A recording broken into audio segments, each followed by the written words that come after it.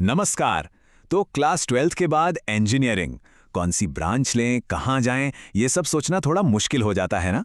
पर फिक्र की कोई बात नहीं। आज हम इसी पहेली को सुलझाएंगे और सब कुछ एकदम आसान बना देंगे। तो चलिए शुरू करते हैं।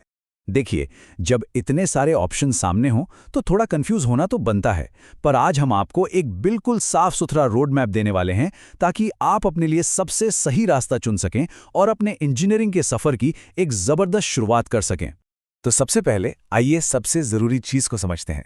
ये इंजीनियरिंग ब्रांच और स्पेशलाइजेशन, आखिर इन दोनों में फर्क क्या है?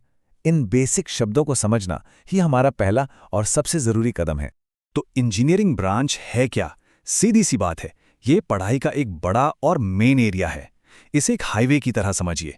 जैसे मैकेनिकल, सिविल और कंप्यूटर साइंस, ये इंजीनियरिंग की मेन सड़कें हैं जो आपको ज्ञान का एक मजबूत बेस देती हैं। और यहाँ देखिए, ये चीज़ को समझने का सबसे बढ़िया तरीका है। अगर ब्रांच एक हाईवे है तो स्पेशलाइजेशन उस हाईवे से निकलने वाला एक एग्जिट रैंप है जो आपको आपकी खास मंजिल तक ले जाता है। मतलब ब्रांच आपको वो ज़रूरी कोर स्किल्स देती है और स्पेशलाइजेशन आपको किसी एक चीज़ का एक्सपर्ट बनाता है। जैसे मैकेनिकल इंजीनियरिंग हो गया हाईवे और इलेक्ट्रिक व्हीकल टेक्नोलॉजी हो गया उसका एग्जिट रैंप। सिंपल है ना। चलिए अब थोड़ा आगे बढ़ते हैं और इंजीनियरिंग की उन मेन या कोर ब्रांचेस को देखते हैं जो इस पूरी इंडस्ट्री की नींव हैं। ये वो ब्रांचेस हैं जिनकी डिमांड हमेशा बनी रहती है। और शुरुआत करते हैं मैकेनिकल इंजीनियरिंग से। ये वो फील्ड है जो मशीनों, डिज़ाइन और मैन्युफैक्चरिंग से जुड़ी है। मतलब जो कुछ भी चलता है उसके पीछे अक्सर एक मैकेनिकल इंजीनियर का ही दिमाग होता है।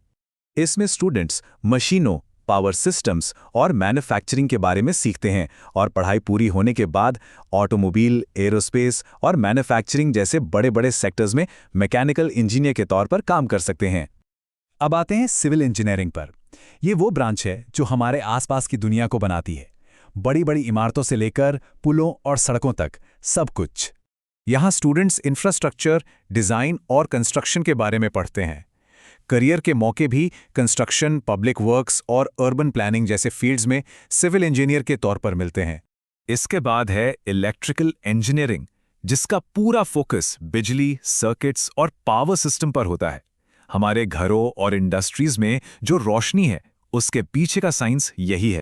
इस फील्ड में स्टूडेंट्स पावर सिस्टम्स और इलेक्ट्रॉनिक्स की पढ़ाई करते हैं और फिर एनर्जी, टेलीकम्युनिकेशन और इलेक्ट्रॉनिक्स इंडस्ट्रीज में इलेक्ट्रिकल इंजीनियर के तौर पर एक बेहतरीन करियर बना सकते हैं। चलिए अब उन हाई डिमांड टेक्नोलॉजी वाली ब्रांचेस पर फोकस करते हैं जो हमारे डिजिटल भविष्य को बना रही हैं। आज के ज़माने में इन फील्ड्स की अहमियत बहुत ज़्यादा है। सबसे पहले कंप्यूटर साइंस इंजीनियरिंग यानी CSE। ये सॉफ्टवेयर की दुनिया की रीढ़ की हड्डी है। हम जो भी ऐप या सॉफ्टवेयर इस्तेमाल करते हैं वो CSE की ही देन है। इसमें स्टूडेंट्स प्रोग्रामिंग, एल्गोरिदम्स और सॉफ्टवेयर सिस्टम्स के बारे में सीखते हैं और फिर सॉफ्टवेयर, IT और यहाँ तक कि फाइनेंस जैसी इंडस्ट्रीज में भी सॉफ्टवेयर इंजीनियर के तौर पर काम करते हैं। और अब सबसे ज़्यादा चर्चा में रहने वाला फील्ड आर्टिफिशियल इंटेलिजेंस और डेटा साइंस। ये मॉडर्न टेक्नोलॉजी और एनालिटिक्स के पीछे का असली दिमाग है। यहाँ स्टूडेंट्स मशीन लर्निंग और बिग डेटा एनालिटिक्स सीखते हैं। टेक, फाइनेंस और हेल्थ केयर जैसी इंडस्ट्रीज में डेटा साइंटिस्ट और AI इंजीनियर्स की जबरदस्त डिमांड है। और अब बात करते हैं सबसे जरूरी सवाल की, करियर स्कोप और सैलरी। जरा इन नंबर्स पर नजर डालिए। ये एक अंदाजा देता है कि किस फील्ड में कितनी कमाई की गुंजाइश है। जैसे कि AI इंजीनियर की शुरुआती सैलरी ही 8 से 20 लाख हो सकती है, जो आगे चलकर 1 करोड़ से भी ज्यादा तक जा सकती है। वहीं सॉफ्टवेयर, सिविल और मैकेनिकल जैसी कोर ब्रांचेस में भी काफी अच्छी ग्रोथ है। तो इससे एक क्लियर पिक्चर मिल जाती है। पर रुकिए, इंजीनियरिंग सिर्फ कुछ मेन ब्रांचेस तक ही सीमित नहीं है। चलिए अब कुछ और भी दिलचस्प और स्पेशल फील्ड्स पर एक नजर डालते हैं। जरा सोचिए, अगर आपको हवाई जहाज और स्पेसशिप बनाने का शौक है तो आपके लिए एरोस्पेस इंजीनियरिंग है।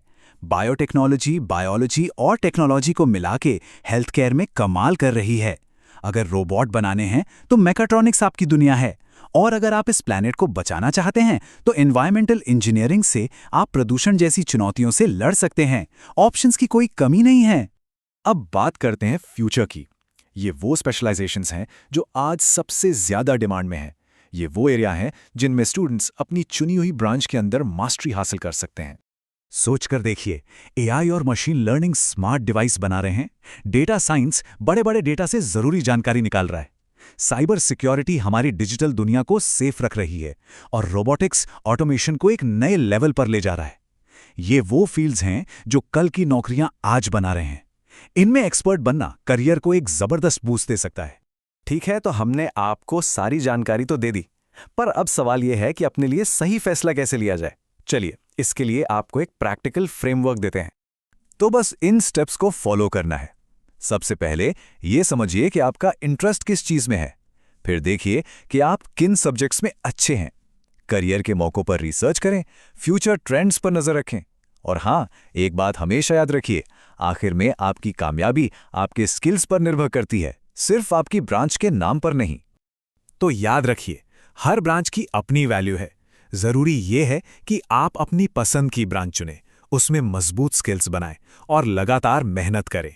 इंजीनियरिंग सिर्फ एक डिग्री नहीं है, ये भविष्य को एक नया आकार देने का मौका है। तो समझदारी से चुनें और अपने फ्यूचर को एक नई उड़ान दें।